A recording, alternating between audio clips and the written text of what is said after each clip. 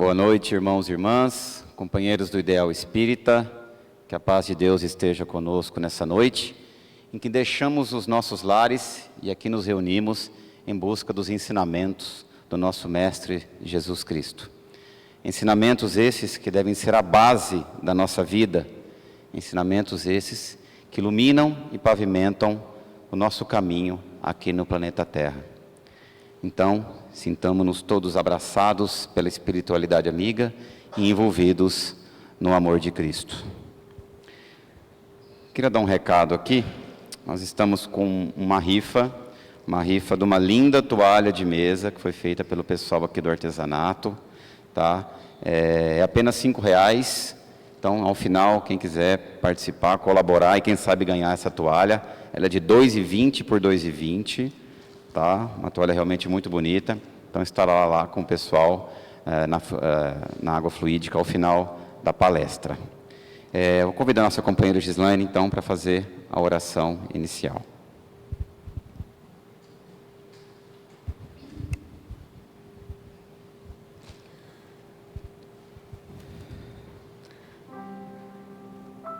Vamos, neste momento, a serenar os nossos corações, tranquilizar os nossos pensamentos, elevando aos céus, deixando-nos envolver pelos espíritos amigos e benfeitores espirituais dessa casa de oração, que nos acolhe, que nos abraça com muita luz. Vamos também vibrar pelos companheiros desta casa, os trabalhadores, pelos que aqui estão presentes e por aqueles também que hoje não puderam estar, que eles também possam ser envolvidos pelo amor e pelo carinho do Mestre Jesus. Vamos vibrar pelo nosso companheiro, que trará nessa noite os ensinamentos do Evangelho do Mestre, e que possamos levar esses ensinamentos no decorrer de toda a semana para a nossa reflexão, que possamos refletir com todo o Evangelho que aqui hoje estará exposto para nós, para a nossa reforma íntima, que nós possamos envolver e entrarmos sempre em sintonia com o mundo maior. Que o Mestre Jesus possa andar de mãos dadas conosco durante toda a nossa trajetória terrena.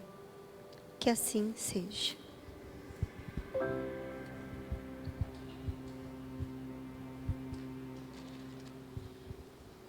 Quero convidar então, o palestrante de hoje, agradecer, o Aristeu Baldin, que é lá da Grupo Espírita Beneficente Maria de Nazaré de Meridiano. O Aristeu já esteve aqui na casa, Aristeu que é comerciante, já foi prefeito em Meridiano também. Então ele vai trazer não só a sua experiência de vida, mas a sua experiência como estudioso da doutrina espírita.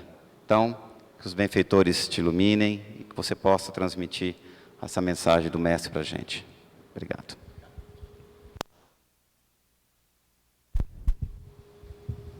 Boa noite a todos. Para mim é sempre uma alegria poder retornar a esta casa aqui, Eu estive aqui em novembro, não faz muito tempo, mas foi durante um domingo, Às vezes pessoas, tem aquele que vem nas segundas e outros vêm no domingo. Agradeço o convite que confiou, a gente essa palestra. É uma responsabilidade muito grande falar de Jesus, falar dos seus ensinamentos, mas nós vamos fazer o possível de transmitir alguma coisa que vocês possam depois, durante a semana, refletir, e aproveitar esses ensinamentos de forma produtiva e saudável. Tá? Então, o que nós escolhemos, o tema da noite, nós escolhemos a oração do Pai Nosso. Vocês podem estar pensando, poxa, mas foi a primeira oração que eu aprendi na vida, né?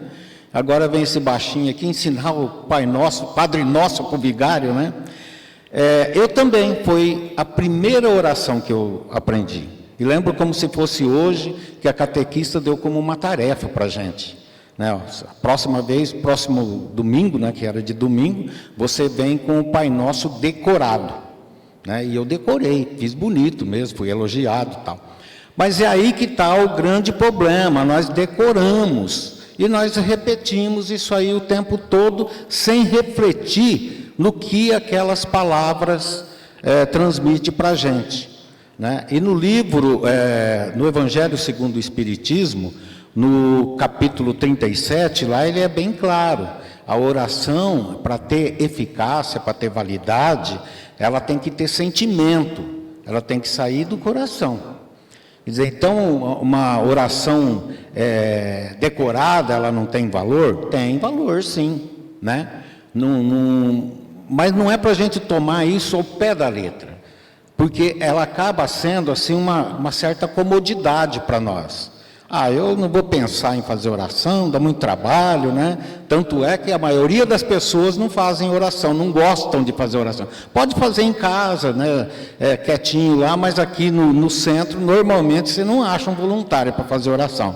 Porque precisa pensar, né? E isso dá trabalho, né? Então,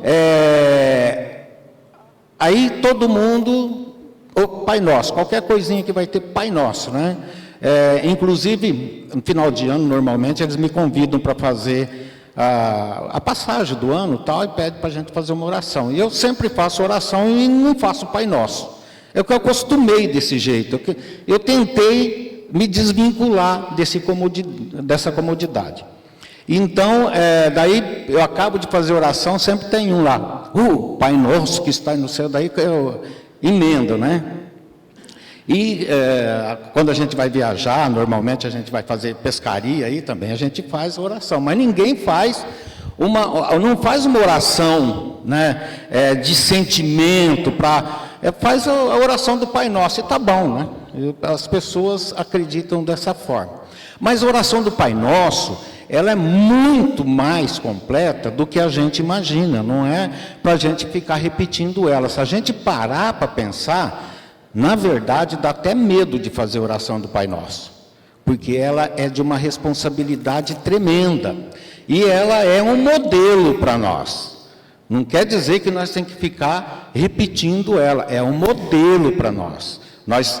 Ali, ela reúne tudo, né? A oração do Pai Nosso reúne tudo. Ela é objetiva, ela é simples, ela é inteligente, sucinta, né? E ela é um completo guia para nossas vidas. Só que nós temos que prestar atenção nela. Se a gente fizer ela sem prestar, sem botar atenção naquilo que está sendo dito, nós estamos igual papagaio, só repetindo o que aprendeu, né? Então, ela reúne as nossas condições para com Deus, para com nossos irmãos, né? E é uma profissão de fé que nós fazemos para Deus. E é também um princípio de caridade. Não parece, né, que é tudo isso numa oração, né? A gente não se atina para isso aí. A oração do Pai Nosso, ela foi dita, foi ensinada por Jesus no Sermão da Montanha, ou Sermão do Monte, como é chamado, né? Ela tem o nome de oração dominical. Não quer dizer que é oração para se fazer aos domingos. O dominical, porque oração do Senhor. Esse é o sentido dessa palavra, né? Então, o que é nesse Sermão da Montanha? Jesus subiu no monte, fez todo aquele discurso, né, que nós tomamos conhecimento de alguma coisa, e ele, nesse momento, ele também passou a oração do Pai Nosso, ele ensinou a oração do Pai Nosso, porque teve alguém que perguntou para ele: Senhor, como devemos orar? Então, ele recitou a oração do Pai Nosso. Mas acredita-se que não foi ele quem a criou. né? Acredita-se que ele viveu algum tempo junto com os essênios, que é uma cultura, uma tribo, né? Uma filosofia de pessoas que vivem à margem da vida material e carnal. A preocupação deles é com a elevação moral, espiritual, como são os monges, né, budistas. Então, como que eles faziam? Naquela época não tinha alto-falante. Então Jesus, no monte, para que todos vissem ele, até visse a articulação das palavras dele, né, para poder entender melhor, mas a cada mais ou menos 50 metros tinha uma pessoa, que quando a gente assiste assim uma palestra de um estrangeiro, não fica aquelas pessoas lá fazendo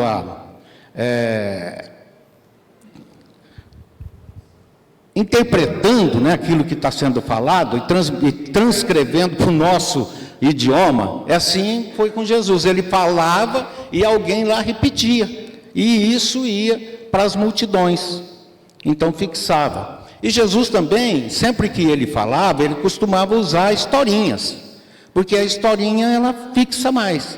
Tanto é que as parábolas, né, que ele usou muito para ensinar o pessoal daquela época, eram recheadas de história. O Mahatma Gandhi, ele citou uma vez que se toda literatura religiosa, espiritual da humanidade, se perdesse em algum momento e permanecesse apenas o Sermão da Montanha, estava tudo salvo.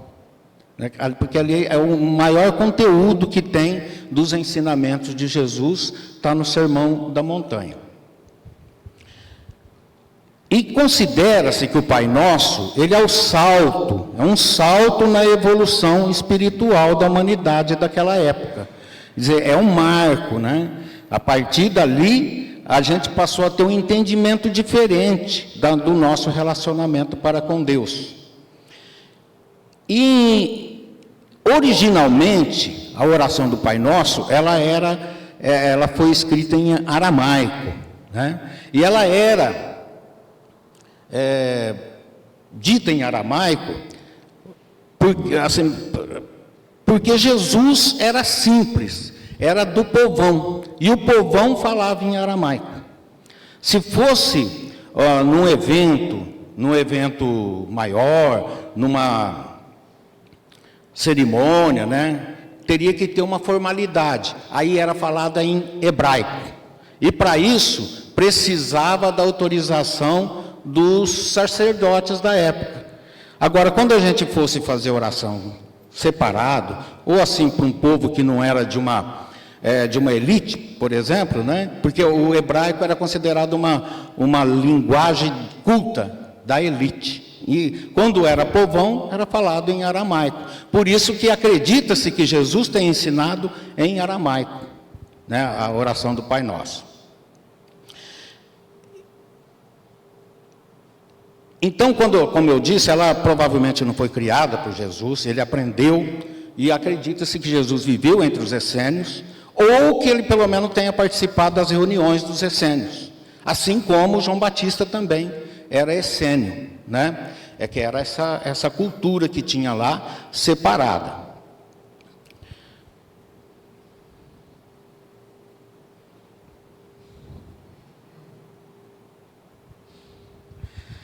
Bom, eu acho que eu pulei alguma coisa aqui, porque eu queria...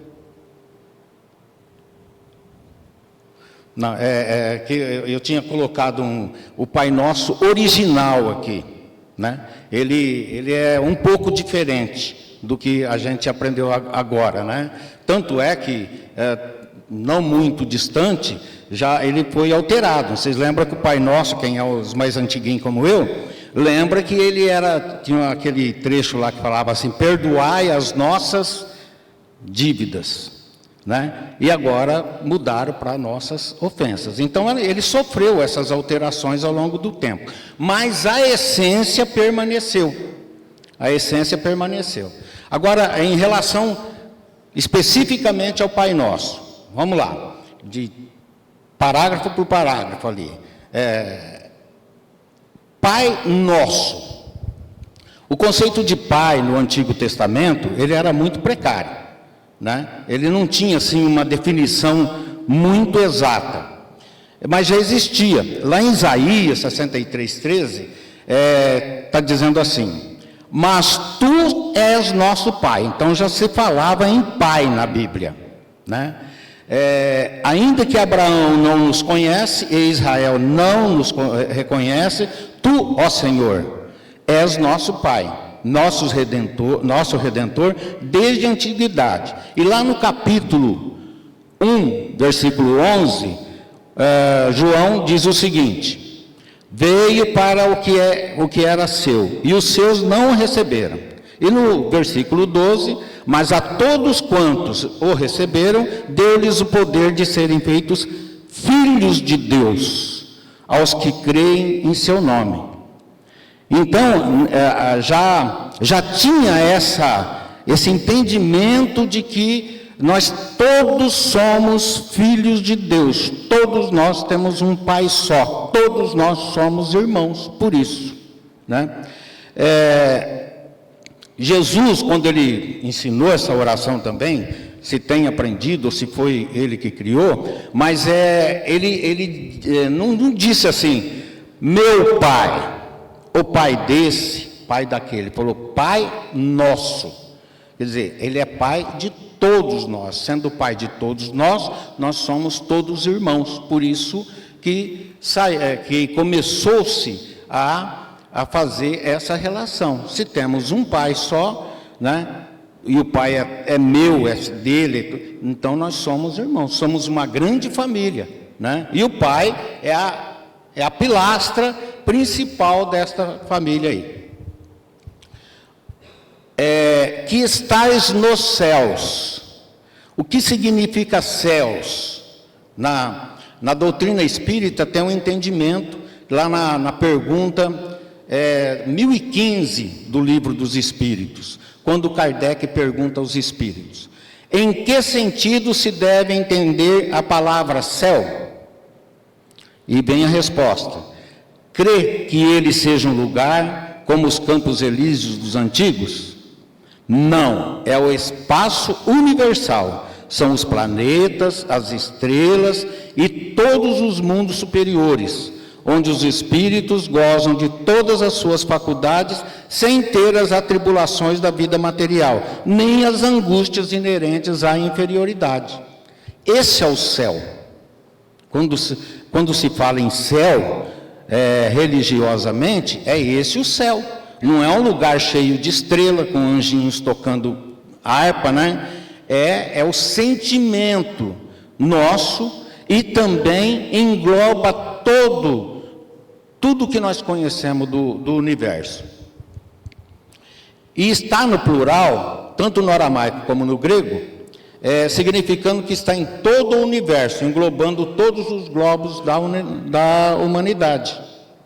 Ele está em todos, fala os céus, não fala o céu, né? Pai nosso que estais nos céus, quer dizer, ele engloba tudo. Santificado seja o teu nome. É reconhecer como santo, né? Tudo que venha em nome de Deus é santificado. Inclusive a natureza, tudo que nos rodeia, tudo que nos serve, as coisas, principalmente as coisas materiais, nós devemos dar como santo, porque veio de Deus, né? E o nome de Deus sempre deve ser tratado com reverência. Às vezes a gente vê algumas coisas assim que chega até a arrepiar, né? De pessoas que fazem brincadeiras, fazem chacotas, né? Com o nome de Deus. E isso não faz bem para a gente. Não é isso que Deus quer de nós, né? Ele quer que nós tenhamos Deus como está no próprio Livro dos Espíritos, é a inteligência máxima do universo, é o motivo de todas as coisas, mais ou menos isso, né? Não é bem assim não, que agora me escapou o sentido correto da palavra. é a causa primária de todas as coisas. Está lá no Livro dos Espíritos. Venha a nós o vosso reino. O que significa venha a nós o vosso reino? Lá no livro Boa Nova, do Chico Xavier, tem uma historinha lá, né, que diz que no começo, lá nos anos 30, né, que Jesus morreu com 33 anos, ele teve o trabalho dele durante 3 anos, então foi quando ele começou a evangelização, os ensinamentos dele, estava com 30 anos, e ele passou lá na Judéia, né, no deserto, ficou com João Batista lá algum tempo, pouco tempo, passou lá para cumprimentar, para falar algumas coisas, que a Judéia é perto daquelas areias, né, daquele deserto das Arábias lá. E ele desceu para Jerusalém. Então, ele sentou lá nas proximidades do templo e ficou, porque ele ia pernoitar por ali, né? Naquela época tinha muita peregrinação, ele era um desses peregrinos, né? Então ele sentou, se acomodou em um lugar lá e ficou. E nas adjacências ali haviam algumas pessoas ociosas, né? Curiosos, pensadores, sacerdotes, aquele pessoal que não tem o que fazer e fica aí naquela época não tinha televisão, o pessoal assistia, né? Então ficava nas esquinas, principalmente falando mal da vida alheia, mas ficava ali. E então eles viram aquela pessoa, aquele ser, que ele chamava atenção pela sua postura, né? Pela sua altivez, né? Moral.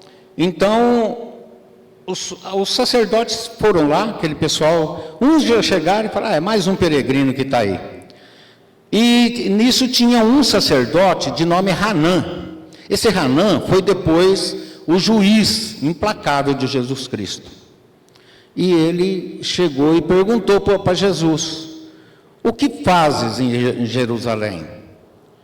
E Jesus, ele com toda aquela arrogância, né? E Jesus, naquela humildade, falou assim, eu vim implantar em Jerusalém para implantar o reino de Deus. Aí, esse cara pegou esse Hanã, falou para ele, mas e o que pensa ser o reino de Deus? E ele respondeu, esse reino é obra divina no coração dos homens. E uma passagem que está no Evangelho também de Lucas, lá no capítulo 17, versículo 20 e 21, interrogado pelos fariseus sobre quando viria o reino de Deus, Jesus respondeu, não vem o reino de Deus com visível aparência, nem dirão, ele aqui ou lá. Lá está, porque o reino de Deus está dentro de vocês. E a gente sabe, Jesus já falou, vós sois deuses, né?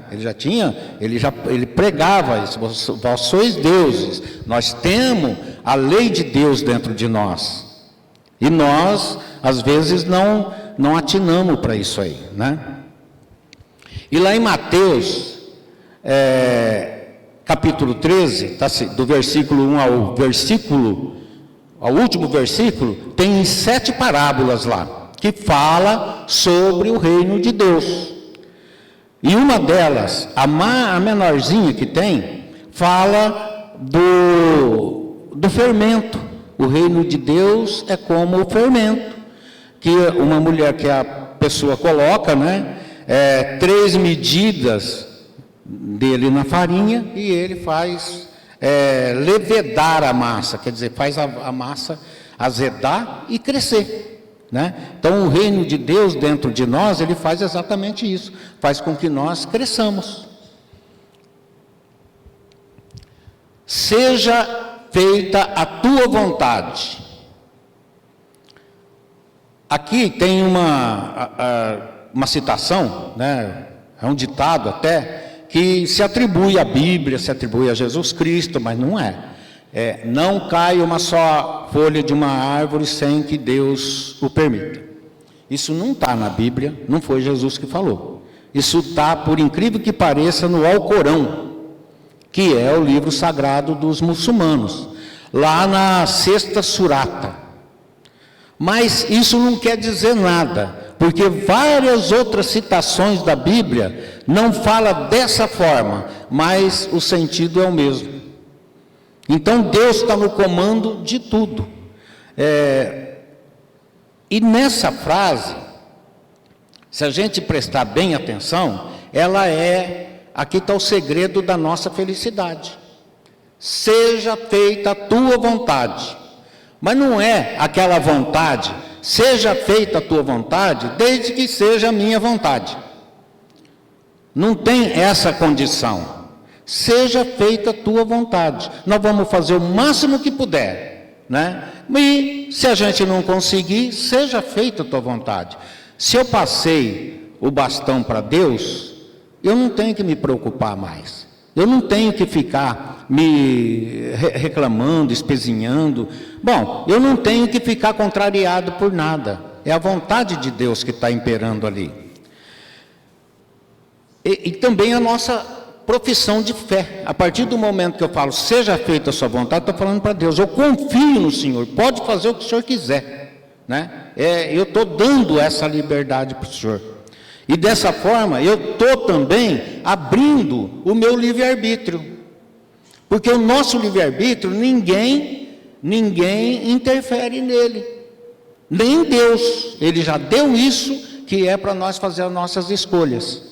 Mas a partir do momento que eu falo, seja feita a tua vontade, eu estou abrindo o livre-arbítrio. Estou falando, Deus, pode usar meu livre-arbítrio, faça o que o Senhor achar que for melhor para mim. É assim que funciona, né? Outra coisa, quando nós falamos isso aqui, é porque nós estamos conscientes do nosso plano reencarnatório. E no nosso plano reencarnatório, ele foi assim, meticulosamente planejado para a nossa vida agora, para a nossa experiência atual. E normalmente, nós participamos disso daí.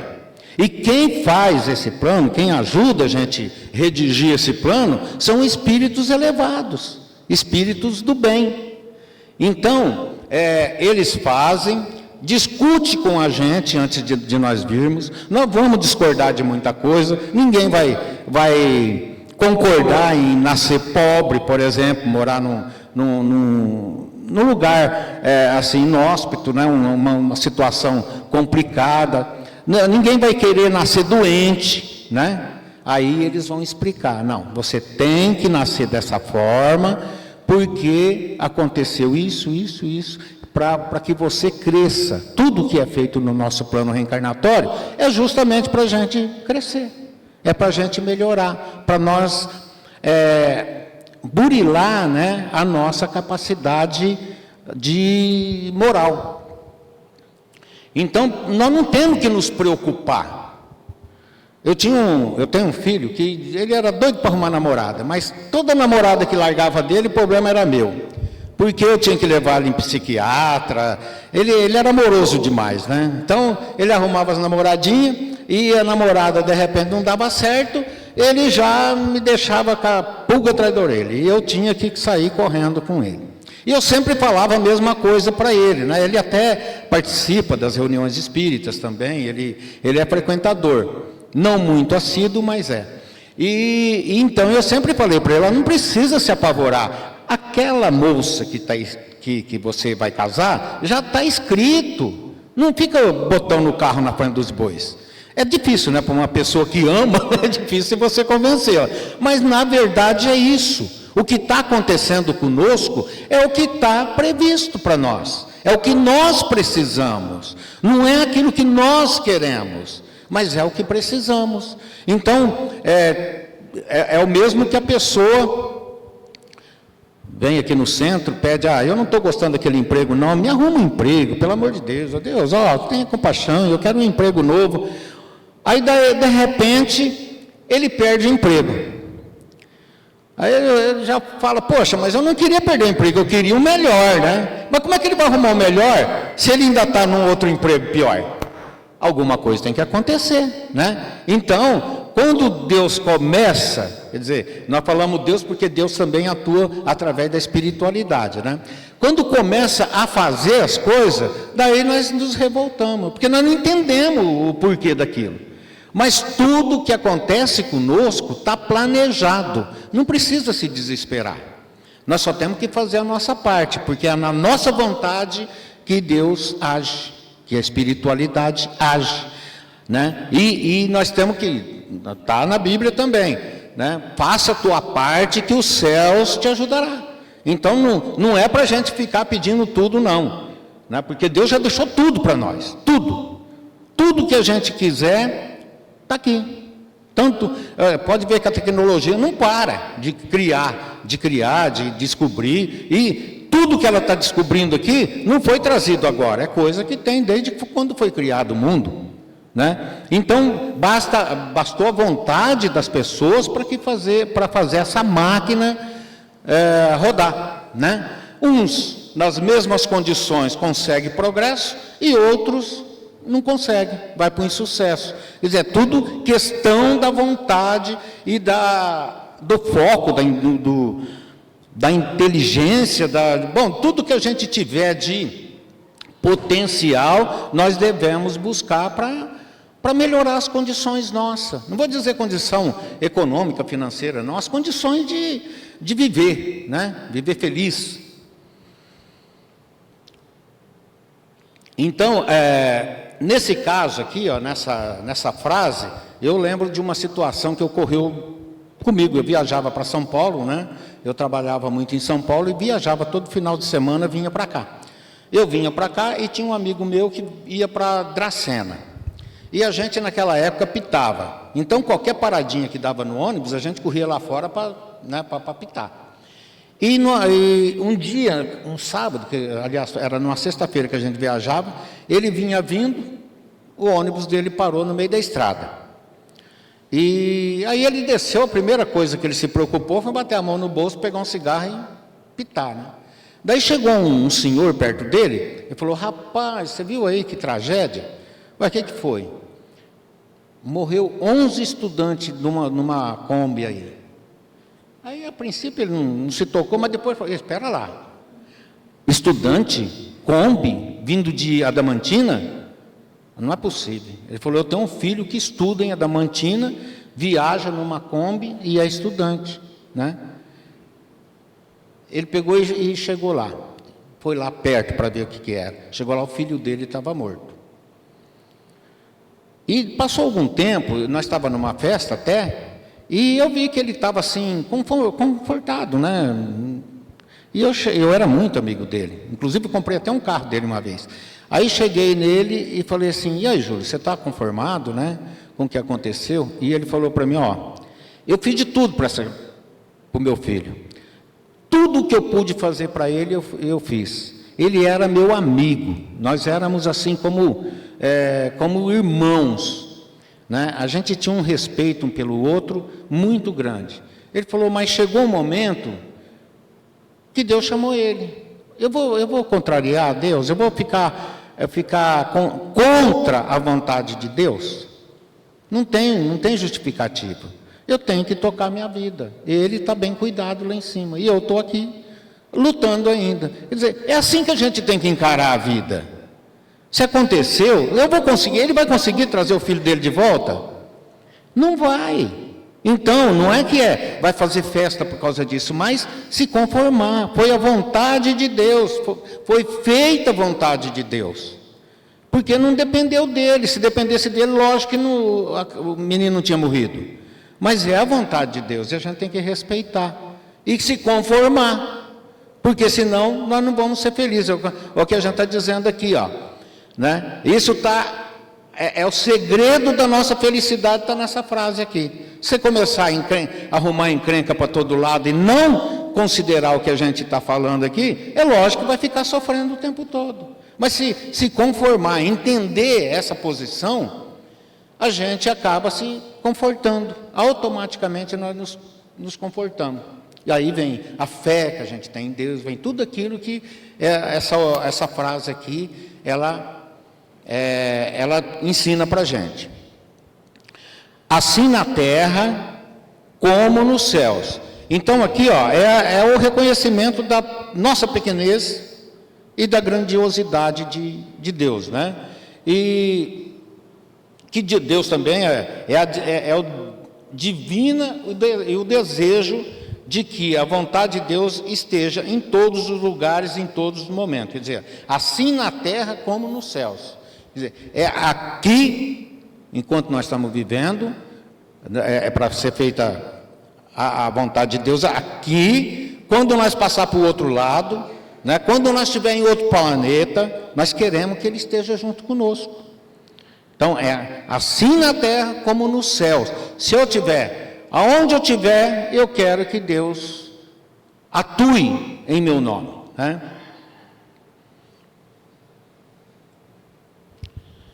O pão nosso de cada dia nos dai hoje. Aqui, Jesus faz alguma... a única frase que ele faz alguma referência em relação à coisa material. Do resto é tudo moral, né?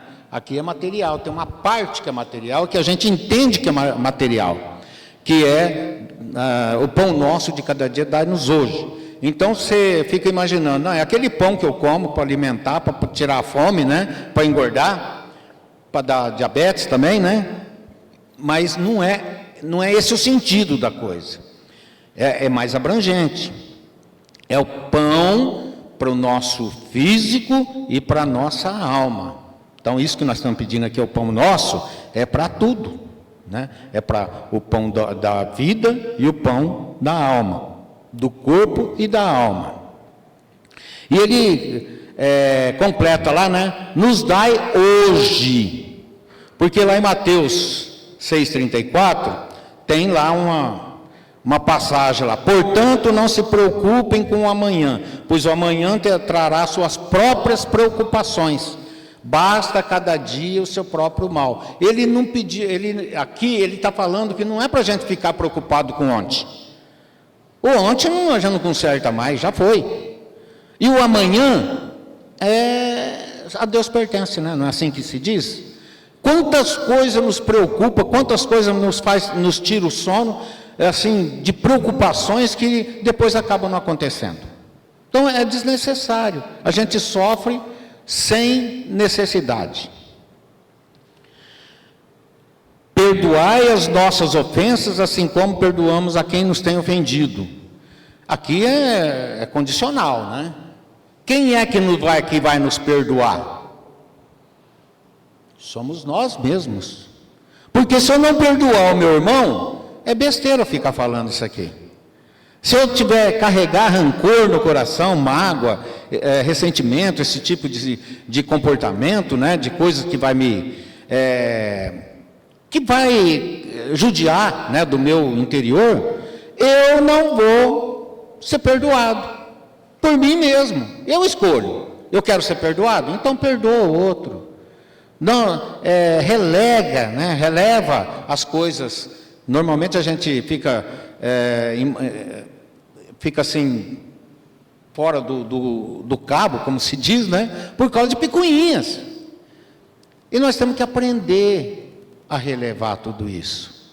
Até uma certa vez um rapaz me procurou, reclamando, eu não aguento mais, minha mulher, a coisa lá não está dando certo, e eu não sei o que eu vou fazer, eu acho que eu vou ter que separar dela, porque eu já tentei de tudo e não deu certo. Eu falei para ele, vamos fazer uma experiência. Você vai prometer que durante 3 meses, vai prometer para Deus, você vai lá no teu quarto, faz uma oração, faz o Pai Nosso, né? E fala para Deus que você não vai, você promete para Ele que você não vai brigar com a tua mulher por 3 meses. Mas será que dá certo? Faz isso, você vai prometer para Deus, não é para mim não, tá? Daqui 3 meses a gente conversa. Aí ele foi embora, passou 3 meses e ele voltou. Rapaz, o que você fez, hein? O que eu fiz? Não fiz nada. Mas minha mulher está uma seda. Ela está, eu estou até achando ela mais bonita.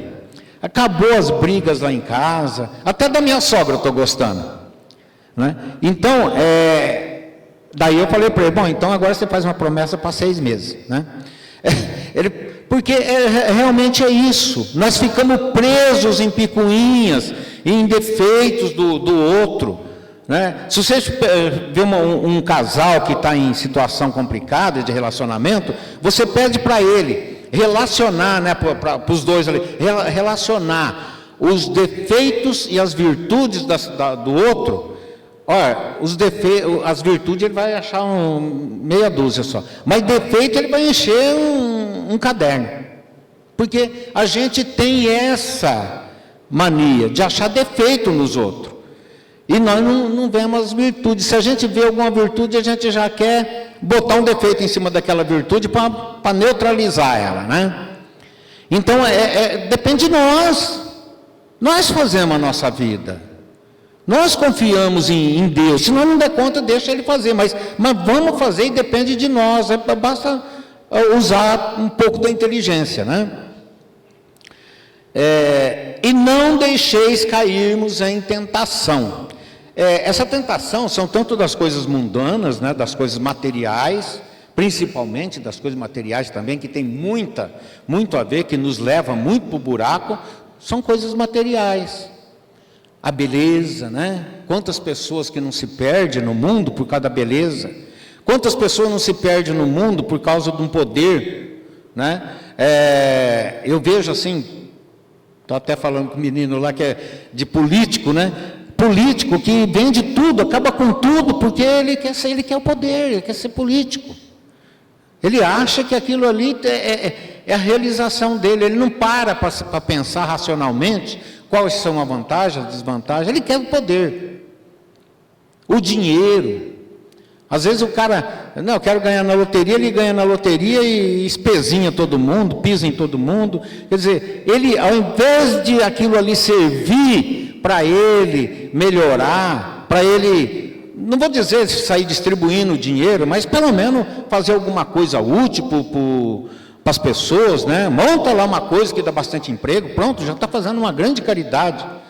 Não, ele quer comprar o carro mais caro do ano, e ele quer mostrar para os outros, fazer inveja para os outros, na verdade é isso, e é aí que se perde, né? Então, livrai-nos desse mal, né? E é das coisas mundanas, como também das coisas de relacionamento, principalmente, né? Porque um mal atrai outro mal.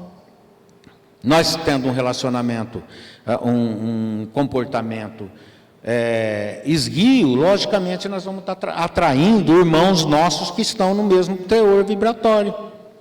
Ao passo que quando a gente tem um comportamento mais afinado, nós vamos atrair irmãozinhos nossos lá do outro lado em melhores condições, que vai nos ajudar na nossa evolução, né?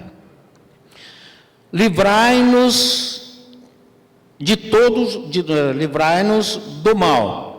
Não é só aquele mal que nós somos sujeito passivo, que vem contra a gente. Principalmente aquele mal que nós fazemos para o trem. Esse é o pior, né? Porque aquele que vem de fora para cá, não dependeu de nós, não fomos nós que escolhemos. Agora, aquele que nós mandamos daqui para lá, é escolha nossa. Nós somos responsáveis pelo mal que a gente faz para o outro. E amém. Amém é a assinatura, né? É o carimbo, está registrado, sacramentado, é o amém que a gente diz. Quer dizer, tudo isso que nós falamos, quando fala amém, nós estamos dizendo, nós vamos cumprir isso aqui. Então, quando vocês rezar o Pai Nosso, reze bastante, mas reze com consciência das responsabilidades que existem nele, né? E se a gente tomar essa consciência, nós vamos viver uma vida um pouco melhor, tá? Que Jesus nos abençoe, nos ilumine e nos proteja sempre.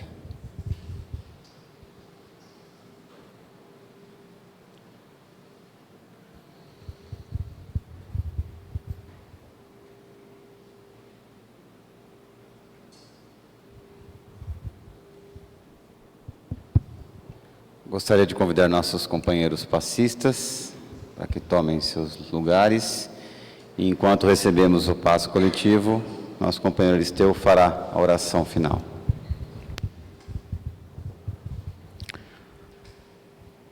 Amado Mestre Jesus, neste momento sublime em que direcionamos os nossos pensamentos a vós, agradecendo por tudo que temos recebido do vosso generoso coração, todas as bênçãos que escolhestes para nós. Nós temos consciência de que o que recebemos é muito mais do que nós merecemos. Somente a vossa misericórdia é suficiente para justificar tamanhas bênçãos. Ilumine, Senhor, cada uma das pessoas que se encontram nesse recinto, que estão recebendo neste momento esses fluidos, essas energias que estão sendo movimentadas e manipuladas por nossos mentores espirituais, e que essas pessoas recebam neste momento o que é necessário para cada uma delas, que sejam fortalecidas nas condições físicas, equilibradas nas condições mentais,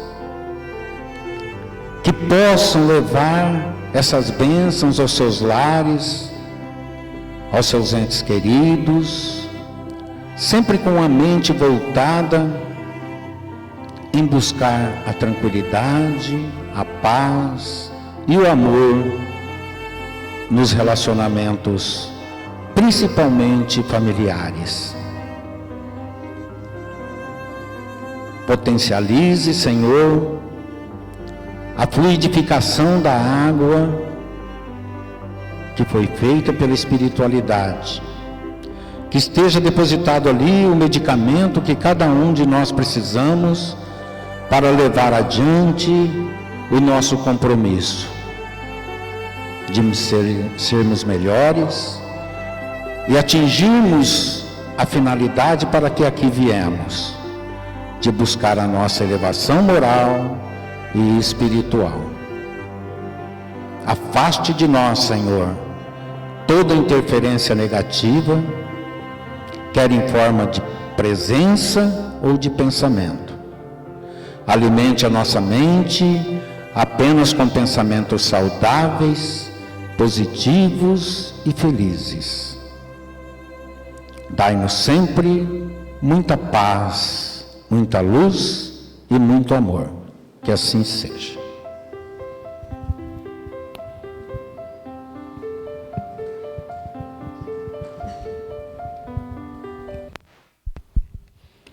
Aristeu Baldin, muito obrigado pela sua presença, pela sua explanação sobre o Pai Nosso, que além de ser, a nossa oração principal, como você mesmo demonstrou, traz muitos ensinamentos para a nossa vida.